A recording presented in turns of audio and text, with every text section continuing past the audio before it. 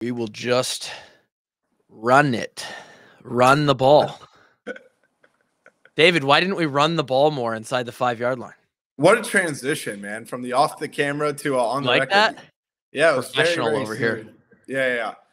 That's a good question, man. I mean, not even just that, but why would you not give the ball to Caleb Johnson inside the 5-yard line? The guy that's averaging 9 yards a carry up until that point. Feels kind of like a Marshawn Lynch situation in the Super Bowl. I know we have a lot to dive in here, but that was kind of my biggest gripe about the situation. Like, if you have first and goal from the 1 and you have first and goal from the 3, and they have not been able to stop the run, I give the ball to Caleb Johnson 4 times, and if they stop you 4 times, then they get the ball at the 1-yard line. I think you live with it, even if you don't get the 3, at least at one of the 2 times. Hindsight's always 20/20, right? Yeah. We did try and run the ball, I believe, on one of those possessions. I'm not sure if it was where we were 2 yards out or 3 yards out. I think we got they got great pressure, which caused us to go backwards a little bit.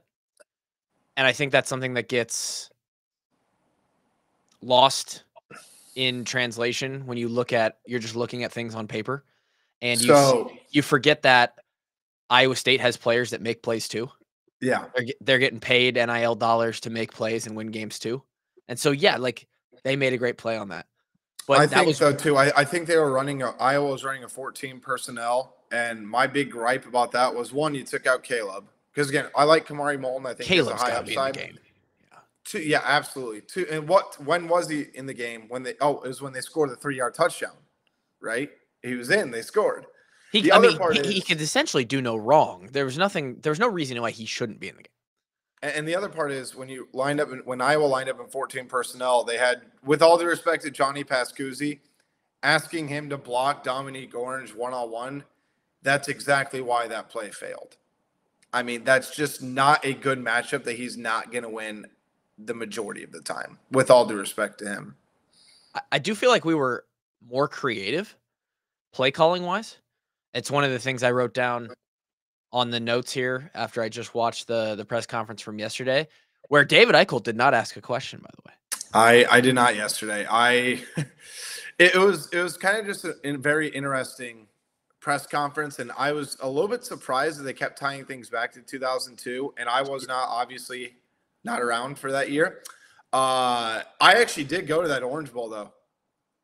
2009.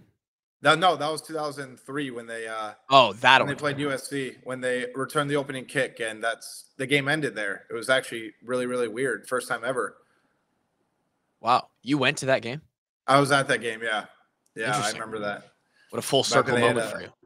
It was it was pretty fun, but yesterday's press conference was interesting on a variety of fronts. I'm very interested what happens at 11 a.m. today, because we get Liddell Betts today, and I'm going to ask about Jazzy and Patterson, because from yesterday's kind of talking point with Kirk, it seems like there's only 3 guys really right now in that running back rotation. So Jazz might be the odd guy out right now. He did say that. I forgot about that. I didn't even pick up on that. We've all been considering this as a 4-back, and we've talked about it, right? There's a lot of reps to go around, but at some point there's also only so many reps to go around, especially if you have a back like Caleb who is putting out all Big Ten numbers. He's all American numbers right now. I mean, he's the 4th leading rusher in the nation, and he missed the first half. Remember? Wow. He's 4th in the country right now for yards. Yes. 100, got to have like 150 average or something like that. I think he's got 304 right now. And again, that's in 6 quarters of play. Jesus. So you got a guy like that, you're not going to find, there's going to be limited reps for 2 and 3, let alone 4.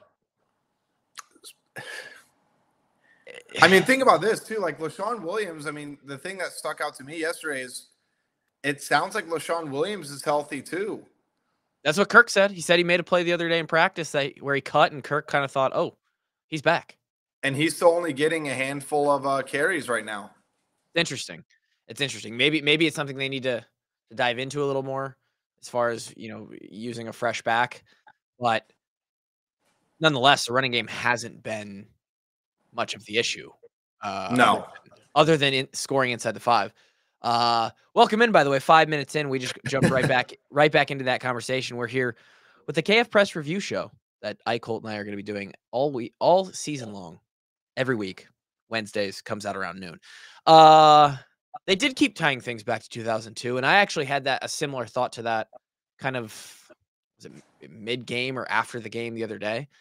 And I think what's funny about that 2002 season is it is looked at as the start of a 3-year span of probably the greatest 3 years in the KF era. I think you could certainly make the argument for it. It's looked at 20 years later. We all love the 2002 season. Great season. It was awesome. Runner-up Heisman, Brad Banks. Dallas Clark, Bob Sanders. Absolute squad. Yep. But I would love to go back, and there wasn't Twitter or social media back then like there is now. But if there was, I would love to see the online commentary, the online narrative after that game. What would Twitter have been like? What would Facebook and you know the interwebs have been like if 2002 Iowa State happens? And I bet there was a lot of people that were feeling a lot of the same things. And back then the beginning of that season wasn't crowded with 12-team playoff. There's a real chance for us to make this 12-team playoff this year. Yeah. They weren't even in the 4-team playoff back then. It's basically just the top 2 teams in the country. And so bowl games meant a lot more. There wasn't as much of this feeling of, our playoff hopes really just got dashed down to very little percentage chance now. So now it feels like there's nothing to be excited about for the rest of the season. But I guarantee there would have been a lot of similar things. And now we look back 20 years later and we love that season, which is what I tried to. We actually recorded our preview episode for the Troy game this week last night. And we tried to be pretty heavy on the fact that you don't know where this season's going to go. You really don't. You look at it on paper and you think, well, we probably have a good chance to win all of our games other than Ohio State. It might be a little bit more dicey now that we've shown, and we lost to Iowa State. Some of these other games might be closer than we would have liked. Nebraska's looking all right. There's a couple other teams that look okay on the schedule. Nebraska's looking good, man. They are looking good. I can't even – I know people don't want to hear it. They look like they're going to be a very legit team this year. But that's a good thing, David. It is. I know people don't like to admit it. We've had this conversation as well in the past couple weeks. But Iowa State and Nebraska being good are not bad things. It's only probably want Wisconsin to be good too. And yeah, Michigan State's 2-0 right now too. I was very surprised they beat Maryland last week. Yeah, huge win for them against the Terps this weekend. I think that was an 8-point line, and they end up showing that they might be a little better than people thought. But this is the knock that Iowa's had on their schedule for the last, with the Big Ten West being, a weaker conference or division specifically, is like we don't get any respect. We win these games, and then people like me are the ones who are optimistic and are like, hey, we win 8, 9, 10 games a year. And people are like, cool, it's in the Big Ten West. And your out of conference games are Iowa State and 2 other people that you're supposed to beat. Yeah. And then I go, well, but whoever's on your schedule, you still want to win games. And then they're like, yeah, but the schedule, it's just not a good schedule. And it matters now. That matters now when you're talking about a 12-team playoff where non-champions, non-conference champions are their resumes are going to be looked at. We need good teams on our schedule. I think that's what gets lost in this past weekend as well, is Iowa State's a good football team. They're not an average football team. They're a good football team. They might even be a better than good football team. Well, that has yet to play out.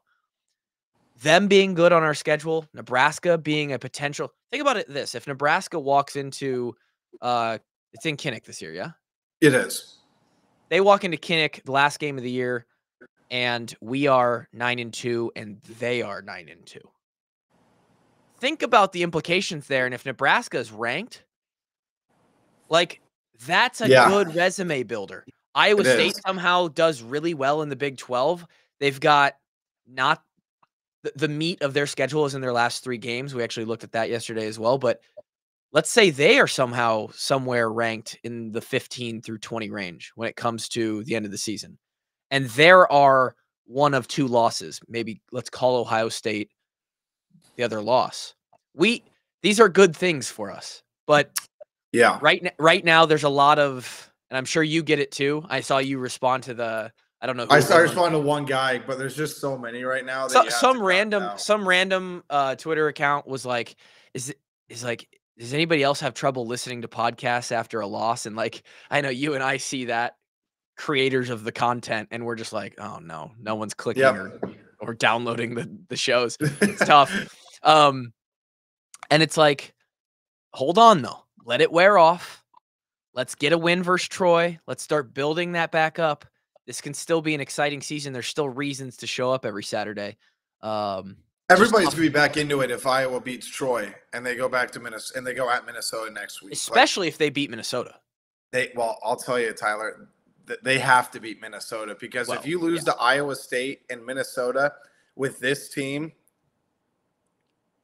it's people are going to be pre-checked out because guess what? Then it's a bye week, so it marinates even longer. And then guess what? You come back and you're playing at Ohio State, who, for my money, maybe along with Georgia, are the best two teams in the country. Yeah, the Minnesota. Oh, yeah, I haven't looked ahead that much because it's just not our nature to really do so. But assuming you win this week against Troy, that Minnesota game is probably the biggest Minnesota game since, I don't know, 2019 when they were ranked and they came to. I was gonna say, yeah, is that when AJ completely decimated the quarterback? Yeah, they had a great. I think he had like 3 sacks that game. They had to put in the backup, didn't they? The backup quarterback in the last drive of the game. Sounds right. Right. Yeah. That was a big game. I know 2017 when wait, what did we do in 2017? No, I mean 2015 was a big game when they came to Kinnick and we had the blackout unis and we were going for win number 10. So that's one of the bigger Minnesota matchups. It is also in Minnesota. So that night game. 6:30 kick, right? Just got announced a couple days ago. NBC, yep. So that's going to be big time. I mean, that is going to be a big game. And you're right. If the Hawks, I hate to think about that. If the Hawks are in week 6 and they're 2-3 with losses to Iowa State, Minnesota, and then Ohio State, people are checked out. I'm not even gonna mince words. It's not really a discussion at that point. The season is even if you win out, the season is an underperforming season. Yeah, and I want to make sure I'm clear too. When I say it's over, I'm talking strictly from like the fan base's expectations and like my preseason prediction. But like, I'm not trying to minimize what it means to the players in that locker room. I think those are two totally separate entities. Yeah, there's so much to play for on the inside that goes past other things. Yeah. But in the eyes and expectations of the season's potential, especially in the year of the first Big 12-team playoff, the season would be a loss at that point as far as top-end potential. And not only that, but that's assuming you win out and go 9-3. Your outlook at that point is very, very, very dire. So Minnesota will get there. Fortunately, we get to do this every week, David. So we'll get to have this conversation in another week, and we'll be looking ahead to that Minnesota game. And hopefully we have a few more answers. But I think Kirk really, it was weird. Several of the questions asked yesterday did bring it back to that 2002 game. And a lot of the talk and his message to open the press conference was about setbacks and how to come back from that. Being on the inside, I know the messaging and sort of the language used in a week like that where you're trying to come back. And for those wondering, they do really, they turn the page. They actually turn the page, especially once Monday morning hits. And it's maybe not even so much just because they're good at it, but because they have no other option. Like, you are immediately into watching Troy film. You're going against Troy looks. Kirk's very adamant about that every single time we ask him about it too. He goes like, no, like, we have to turn the page. Like, there's no reason for us to sit there and marinate. There's going to be regrets.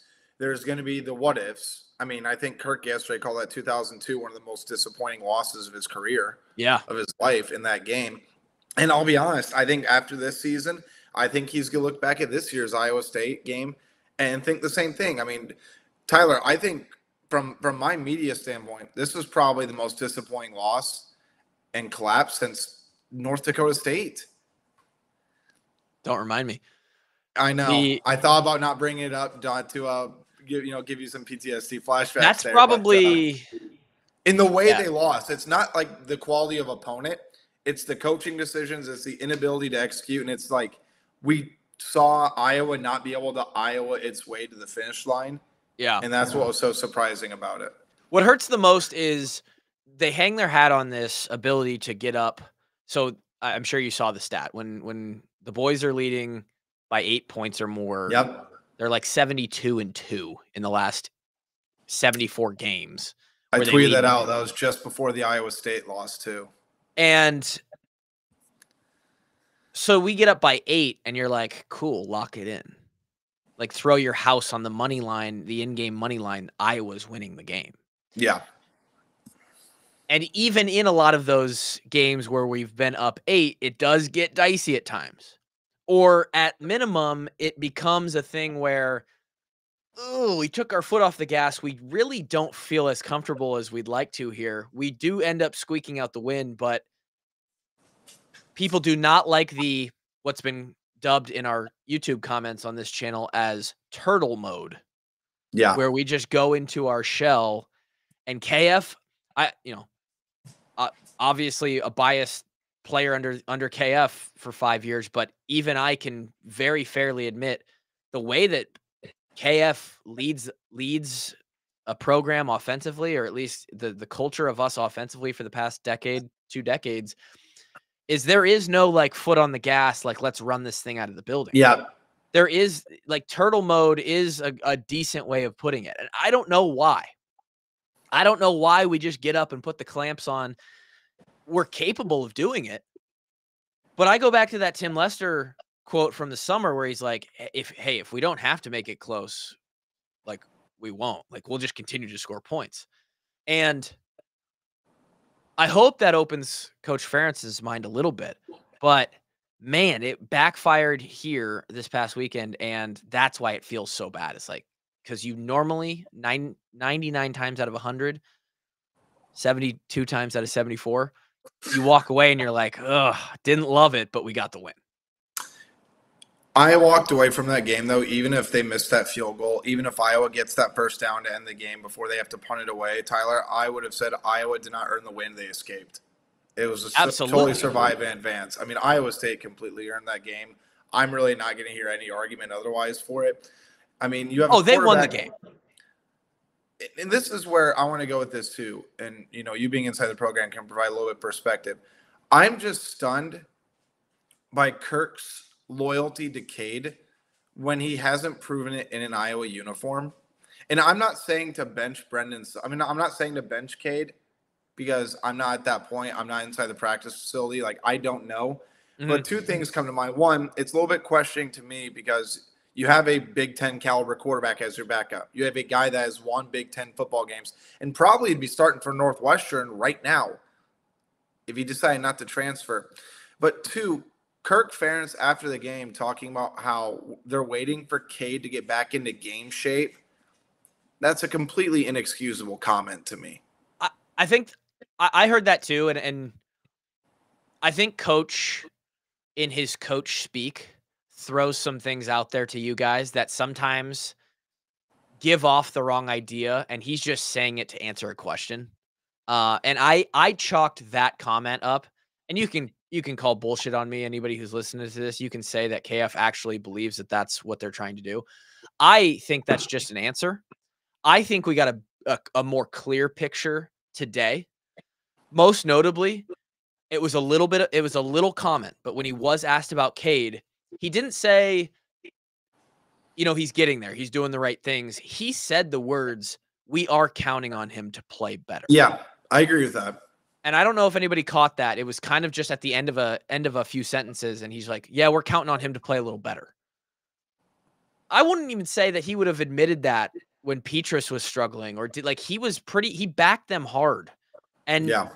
I think that with Brendan Sullivan as the backup, I get the sense he's more open to making a change. And I think his loyalty to Cade, this is just pure speculation on my part. Sure. I think his loyalty to Cade for right now, and I think it's short, and maybe that's what people want to hear. I think it's because in his mind, he likes to let processes play out.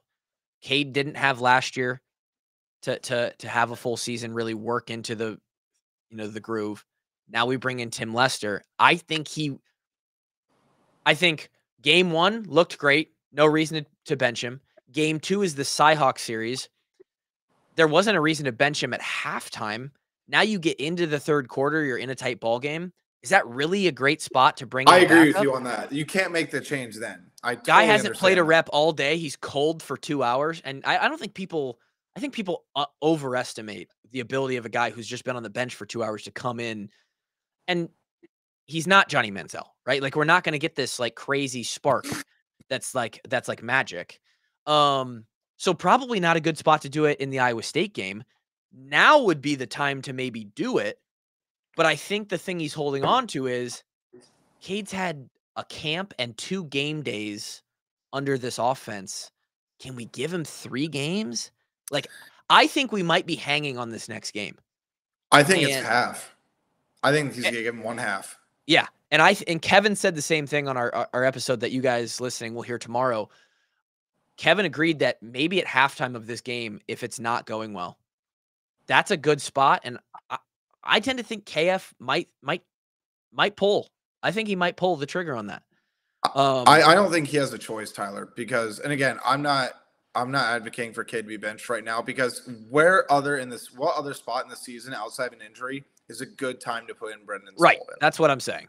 Especially with a new offensive coordinator at a prime time. You can't you can't put him against Ohio State. That's just saying your guy up for failure. I mean, there's only so many spots. So I look at this Troy game as being the game that if it's going to happen, it's going to happen. So I think there's a lot of pressure on Cade to go out there and get it done. But the other side of it for me is they can't afford to wait any longer if he struggles, because you have 18 returning starters. Think about how I know we want to let this season play out. I'm only speaking from how important it is to have a great season this year. Yeah. Because the amount of unknowns going into next year is unlike anything Iowa football has experienced in maybe Kirk Ferentz's entire career. Yep. Because they are going to lose everybody potentially. I'm talking 15 to 17 starters. It's going to be very interesting next year. This show could be very interesting next year if we do it again. Hey, got no shortage of talking points, at least. Tons of talking points. I agree with you. I think talking it out there with you even makes me feel more confident in how I think about it. I don't know if there's been a better spot than halftime of this upcoming game as a check-in of, okay, now's the time. You've got a game. Because here's the thing. There's nothing to lose, really, if you throw Brendan Sullivan. Like, likely we're going to win this game. If you can get a couple points on the board against Troy, you could let the defense win the game. Who cares? Even if you put Brendan Sullivan in, you take the chance. Okay, if he plays poorly, all right, we're back to Cade. Cade's our guy from Minnesota. Now, people might argue that messes with Cade's head, whatever, but if you make him the starter again and say, no, actually, we tried Brendan, we're going with you, we like what you're doing better, I think his head, his mental space is fine. But I think this is the perfect spot. And I guess at this point, we just have to hope that KF thinks it's the perfect spot too, because... And at the same time too, Tyler, I contrary to popular belief, I don't blame Kirk for backing Cade fully, because he wants his guy to feel like that his coach has his back publicly 100% of the time. There's some other factors here that I know people don't like in the new college football landscape, but we paid the motherfucker a lot of money too. I hate to say it. In my opinion, I think that's just, you chalked up as a bad investment, but you still play the guy that's the best guy to go win. That's absolutely. I don't care if you have to play somebody who's been paid $0. You put the best guy out there. But it might, if a guy is already out there like Cade, it might get him an extra quarter or two or an extra game or two. I understand that too. If you happen to have invested half of your NIL fund into him, and I don't know what the actual figures whatever it is, right? I mean, I think we've seen so many figures thrown out there. So I think that's a good point as well. But at the same time, I do wish Kirk would back his guy publicly, but also have some sort of inkling to be like, look, I'm not this hard-headed about it. I will make a change. But Kirk's been doing this so long, he's get back his guy publicly. And then, on an instant, he might say, you know what? Never mind. I'm going to throw in Brendan Sullivan. I just that little comment that says we're counting on him to play a little better makes me think. I've heard KF talk a lot before, and that was the one thing, maybe the biggest thing that I took out of maybe a long snapper mention in the press conference, which was huge, by the way. We love Elkin getting all the play. Leader in the special teams room. We love to hear it, Luke. Let's go. Reese, get your head out of your ass. Let's get some 48-yarders and not some 40-yarders. But yeah, I think there's a chance. It's also worth noting, really random, Xavier Wampa is going to start this week at strong safety. I mean, as you guys kind of remember, he was benched after the 75-yard touchdown. Cohen Entringer took over. Entringer said he has not taken any starting reps this week. And obviously Wampa is listed on the depth chart as a starter. Kirk kind of backed him publicly too. And, for Wampa, I still believe in his ceiling. I think he's an NFL starter one day. I just think that he needs to continue to grow. And I think he needs to, he's a great kid. Two, he's a hard worker. I just think he needs to find a way to become a more impactful playmaker. And that guy that we saw that he was in high school, I fully believe he can be at the Big Ten level. We've seen flashes of it already.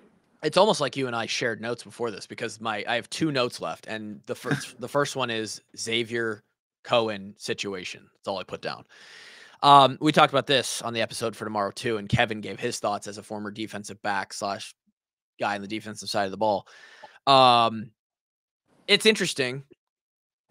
You wonder if he's just like, is this guy just going to be late to bloom into his potential at the college level? He hit this really early peak in high school where it shot him to a 5-star ranking. And then, college speed hits, you realize you're not as big of a fish as you once were.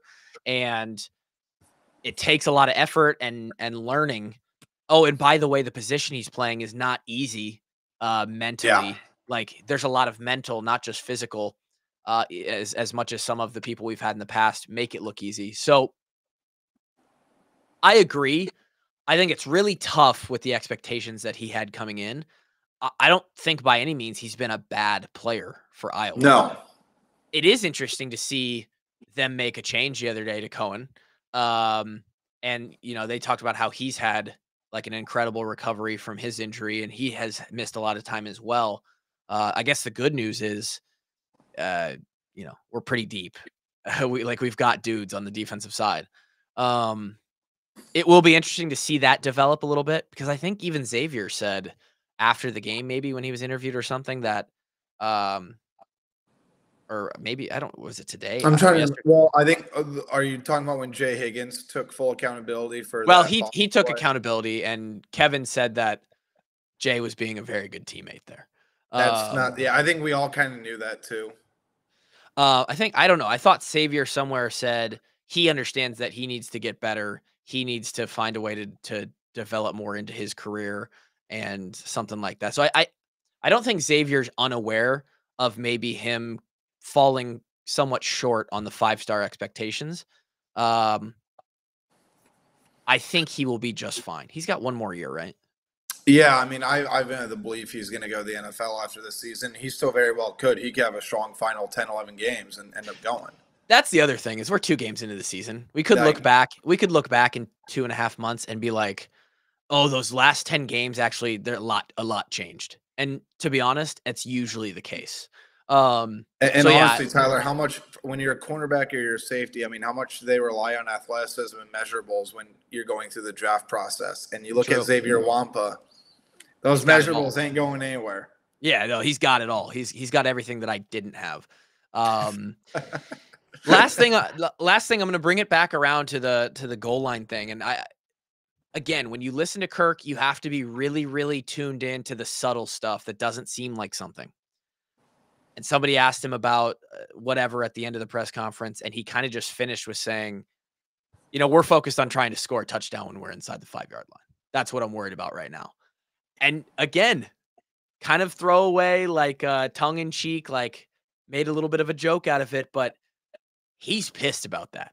He is. He's pissed about that, and rightfully so.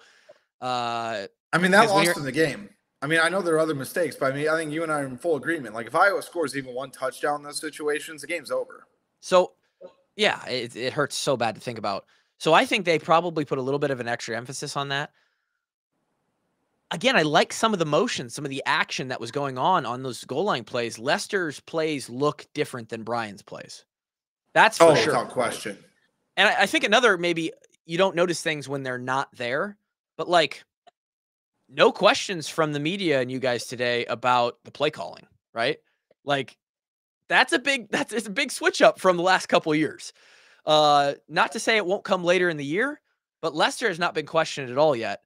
And the only thing we questioned that was kind of like that was the 2-point conversion try. And I think that's been overblown to some degree. And I mean, I think back to Kirk's answer that post game. He said, look, yeah, we decided to do it, but I'm more concerned about the goal line. That's when he said that. And I said, yeah, that I 100% understand that.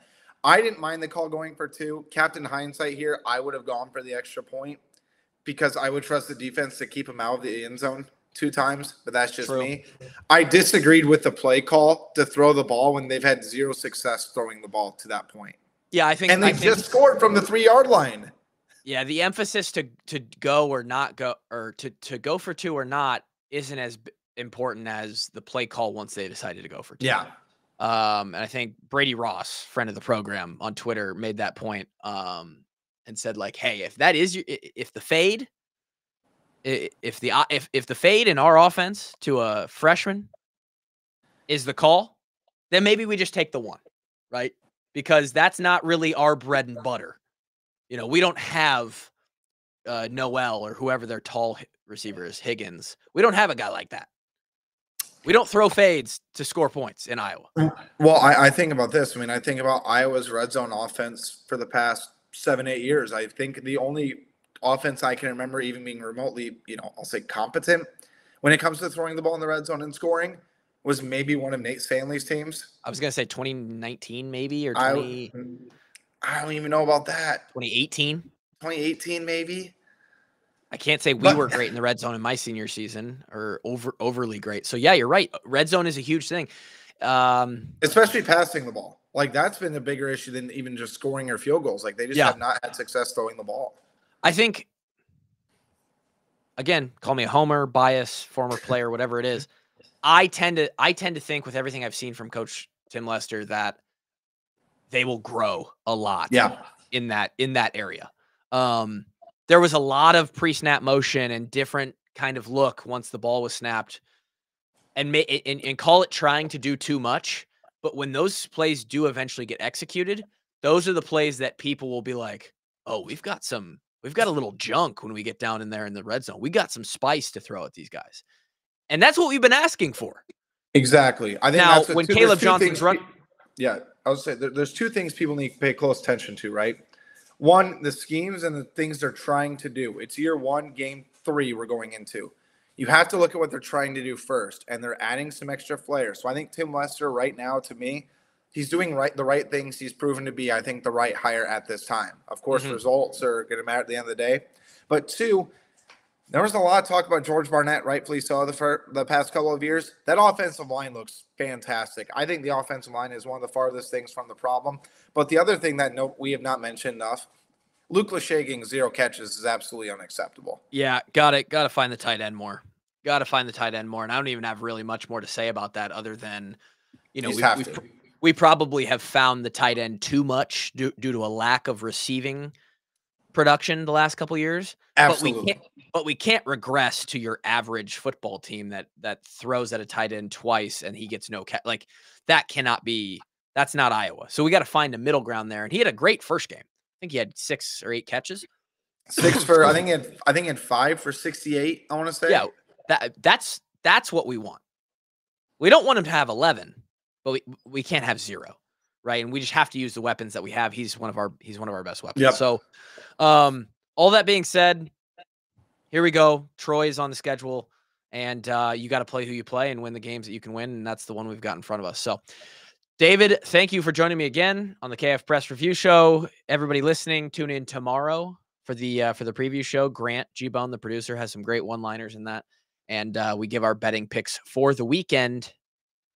I took the Hawks. I'll just spoil it now. Was the 22.5? Yeah, 22 and a half. Yeah. Yeah, I like that. I would take that. Yeah. Not a financial advisor, by the way. Shocking. Yeah, not financial advice. Don't listen to us. Dumb. Thanks, David. We'll talk to you guys next week or tomorrow. Peace.